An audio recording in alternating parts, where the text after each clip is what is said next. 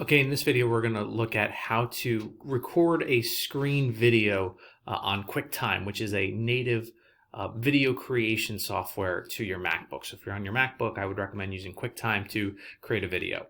So you'll notice that it doesn't appear anywhere. By default, we have to access it first. So there's two ways to do it. We can either go up to the magnifying glass up here and click that magnifying glass, or hit Command Spacebar, and then we can start typing in QuickTime Player, and that should appear. It'll look like a big Q with blue in it.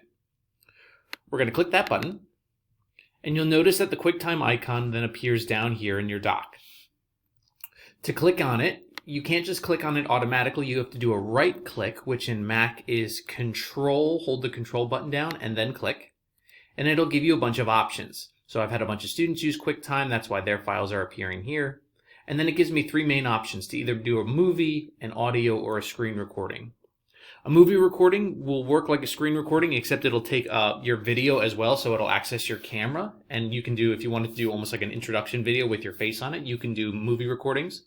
Audio is just the audio piece, no screen, no video.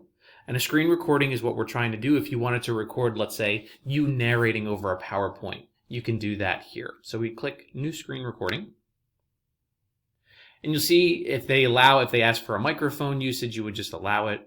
But then from there, you would have this icon sort of appearing here. If we click this red button, that's going to start the recording. And they'll ask us to, after we click it, if you choose to just click once, you'll record your entire screen. So if I wanted to do everything, I could do that here. Or if I only wanted to record part of your screen, you would click and then highlight whatever it was. So maybe I just wanted to record the right half of the screen. I can click and notice that it'll only show where I want it to record, the sort of illuminated right half. I let go, and then it'll give me this button to start recording. So whenever I'm ready, I would click Start Recording. And it'll start recording. It's hard to tell, but you know this is recording because this button up in the top here also illuminated. That means that you are recording, so that whenever you're done, if you click that button there, the recording will end. And then out will appear whatever you have recorded. So whether this was just a 12-second recording here, that's already done. This is the file that you wanted to record. Now, if you are happy with this, let's say you want to start playing and you want to check it out and say, yep, everything looks good. You can click File, and then you can just save that recording as whatever it is. Title it whatever you like, sample recording.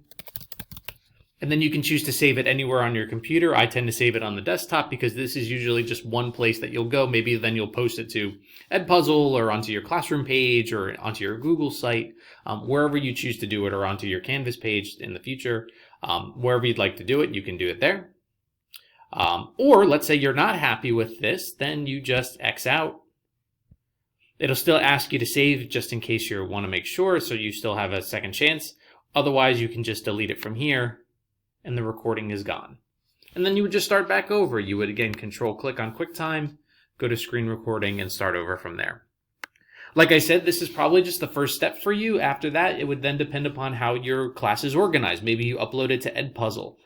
Maybe you add it to your Google site. It really depends on how you want to do it. Maybe you just email it out to students or add it to a Google Drive folder. That's entirely up to you. But using that QuickTime feature, you can then create screen recordings for as long as you'd like, send it out pretty easily to students, or edit them in other softwares, like maybe you're going to make an iMovie and out of it make a larger collage.